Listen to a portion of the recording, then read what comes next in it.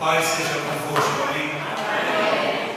Como é bom ouvir essas canções. E o mais importante é a letra. A mensagem está na letra. E a letra falou como Deus é poderoso. Glória a Deus, aleluia, Jesus. Eu estou observando desde o começo do culto que Deus está falando desse negócio. Fazer o impossível acontecer. Eu creio que Deus vai fazer em mim um milagre. Ele é poderoso. Salmo 62, 11 diz assim: uma coisa disse Deus, duas vezes a ouvi, que o poder pertence a Deus. Abra sua Bíblia comigo no segundo livro de Êxodo.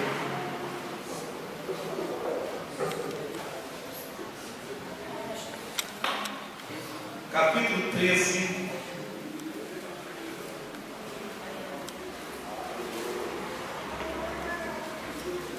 Versículo 17 até o 22.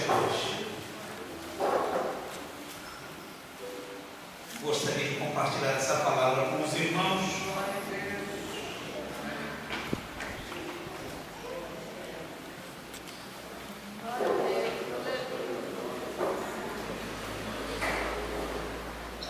Todos acharam? Diz assim: e aconteceu que quando o faraó deixou ir o povo de Deus, não os levou pelo caminho para a terra dos filisteus, que estava mais perto. Que coisa, né? Porque Deus disse, para que porventura o povo não se arrependa, vendo a guerra e tornem ao Egito. Mas Deus fez rodear o povo pelo caminho do deserto, perto do mar vermelho.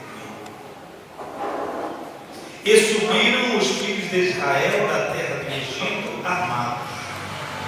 E tomou Moisés os ossos de José consigo, porquanto havia este estreitamente ajuramentado aos filhos de Israel, dizendo: certamente Deus vos visitará. Fazei, pois, subir daqui os meus ossos convosco. Assim partiram de Sucote e acamparam em Etã, a entrada do deserto. E o Senhor ia adiante deles de dia numa coluna de nuvem para os guiar pelo caminho, e de noite numa coluna de fogo para os alumiar, para que caminhassem de dia e de noite.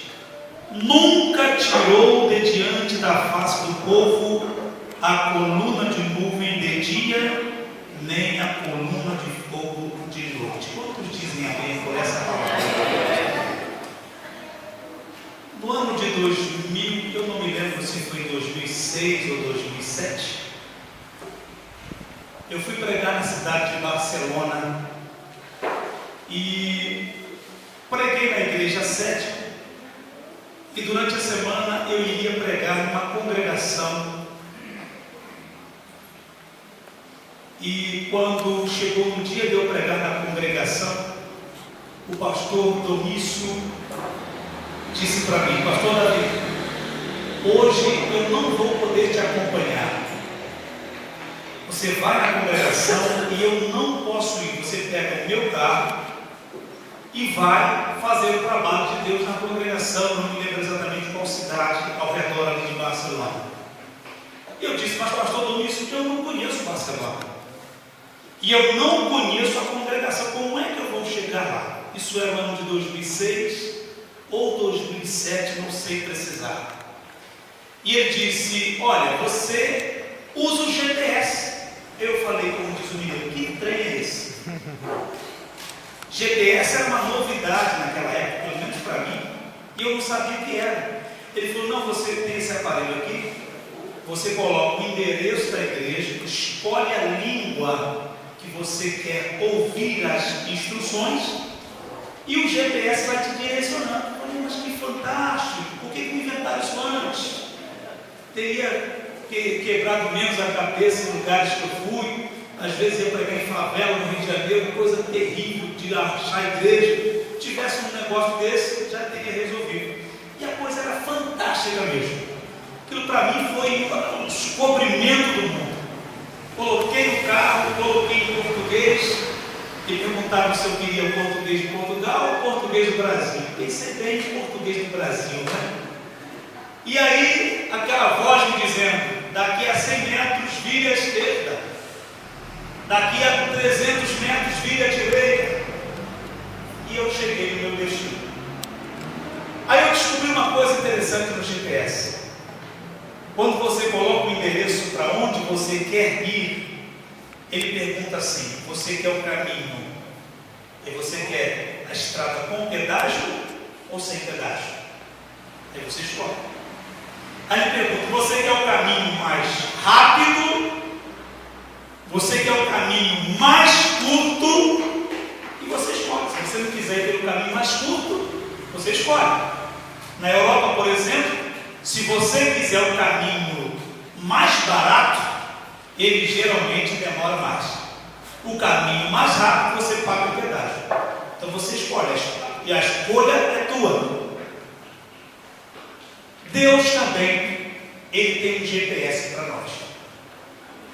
Deus, ele tem uma direção para nós.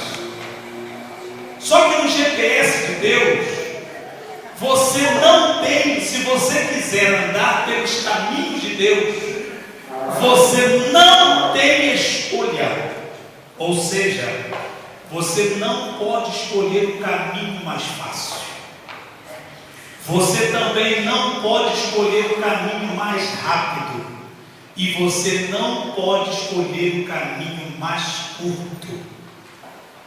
No GPS de Deus, ele é quem traça a nossa rota. Ele é quem diz aonde virar à direita, à esquerda, e nós apenas olhamos para ele, esperando aonde o Senhor quer que eu vá, por onde o Senhor quer que eu caminhe. E esse texto que nós acabamos de ler fala sobre os caminhos de Deus. Os caminhos de Deus que não são os nossos caminhos. Os pensamentos de Deus que não são os nossos pensamentos. As rotas que Deus traça para as nossas vidas. E existem alguns detalhes interessantes nos caminhos de Deus que eu gostaria de compartilhar com os irmãos. Veja como é que são os caminhos de Deus. Por exemplo, os caminhos de Deus nem sempre são os mais curtos. Sabia disso? Olha o que diz aí o versículo que nós lemos, capítulo 13, versículo 17. Diz assim: e aconteceu que quando o faraó deixou ir o povo de Deus, Deus não os levou pelo caminho da terra dos filisteus, que estava mais perto. Senhor, o Senhor viu o mapa? O Senhor deu uma olhada no mapa? O Senhor vai ver que se a gente passar pela terra dos filisteus, a gente chega mais rápido.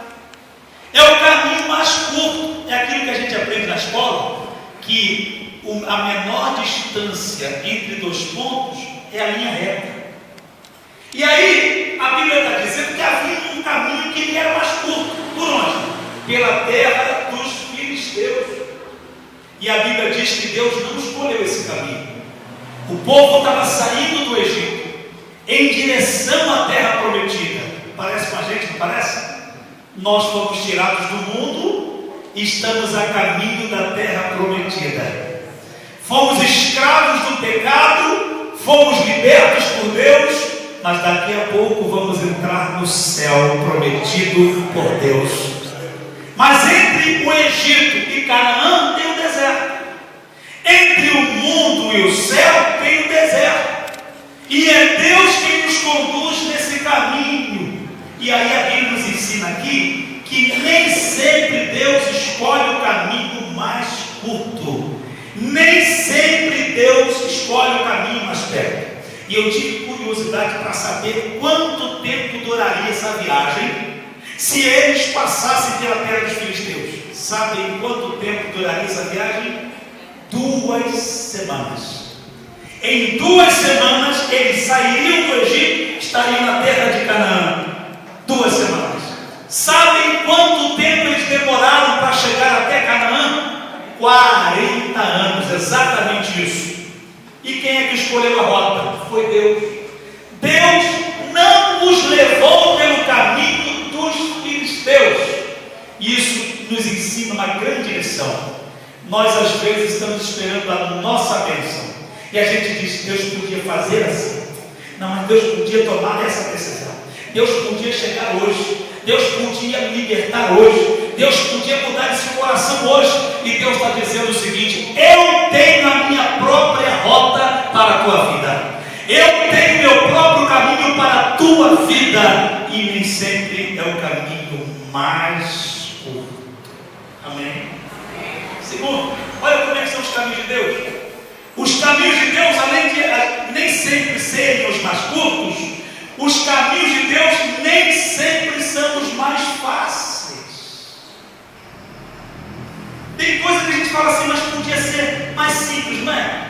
E a gente às vezes passa dificuldade, a gente enfrenta a luta, a gente passa pelo deserto. Olha o que diz o versículo 17, leiam comigo novamente. E aconteceu que quando o Faraó deixou ir o povo, Deus não os levou pelo caminho da terra dos filisteus, que estava mais perto, porque Deus disse: para que porventura o povo não se arrependa, vendo a guerra toda no Egito. Mas Deus fez rodear o povo pelo caminho do deserto, perto do Mar Vermelho, e subiram os filhos de Israel da terra do Egito armados. Deus levou pelo deserto. Eu não sei se vocês já passaram por um deserto, eu estou falando literalmente. Eu nunca viajei de carro por um deserto, só vi fotografia, só vi filmagem. Mas eu lembro que uma certa vez eu estava saindo da África para o Brasil, e o avião, quando estava saindo do continente africano, eu não sei que deserto era aquele. Eu olhei para baixo, eu não vi nenhuma árvore, eu não vi nenhuma poça d'água. Era tudo deserto, aquela coisa esbranquiçada, meio amarelada, aquela cor de areia. E eu vi quilômetros e quilômetros, o avião voando, e aquilo era um deserto enorme, até chegar no mar, no Oceano Atlântico. Gente, o deserto é um lugar difícil. Você procura uma sombra e não tem sombra.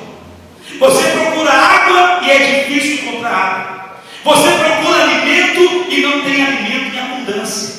Deserto é lugar de serpentes venenosas, muitos escorpiões, as piores aranhas. Esses animais peçonhentos, eles estão espalhados pelo deserto. O deserto é um lugar de calor extremo durante o dia, é um lugar de frio extremo durante a noite. E aí Deus escolhe exatamente o lugar mais difícil. Deus poderia escolher o caminho mais perto, o caminho mais curto. Por mais luta que tivesse, terminaria logo. Mas Deus escolheu o caminho mais longo para o povo de Deus. Então não estranhe se tua bênção está demorando. Não estranhe se está difícil. Não fique perguntando por que para mim as coisas parecem ser mais difíceis. Porque para mim parece que as coisas demoram mais. Às vezes é Deus dizendo: você é meu povo, você é minha filha, você é minha propriedade, e eu sei o que é melhor para a tua vida cristã. Glória a Deus. Vejam como são os caminhos de Deus. Os caminhos de Deus, eu disse aqui, eles nem sempre são os mais curtos. Os caminhos de Deus nem sempre são os mais fáceis. Mas deixa de notícia a mim, pastor. Tá bom, eu tenho uma outra notícia para vocês. Apesar de não ser mais curto, apesar de não ser o mais fácil, eu tenho uma boa notícia. Qual é?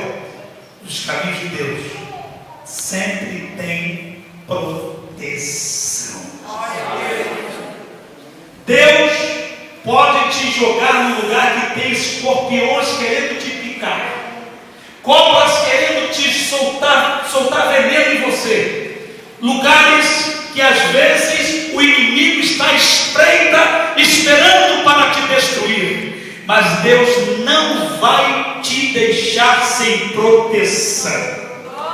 Lá no meio do deserto existe uma coluna de nuvem durante o dia, existe uma coluna de fogo durante a noite. É Deus protegendo o seu povo durante a travessia do deserto. Aleluia. Veja que coisa interessante no versículo de número 21. E o Senhor ia adiante deles de dia numa coluna de nuvem para os guiar pelo caminho, e de noite uma coluna de fogo para os alumiar, para que caminhassem de dia e de noite. Há uma coisa que afugenta as feras, há uma coisa que os animais ferozes fogem. Sabe o que é? Fogo. Todo viajante de um deserto, de uma floresta, ele procura acender uma fogueira, porque se o animal feroz vier e sentir o calor do fogo e ver o fogo, ele vai ficar com medo. E Deus acendeu uma tocha, Deus acendeu uma coluna de fogo durante a noite para espantar as feras do deserto.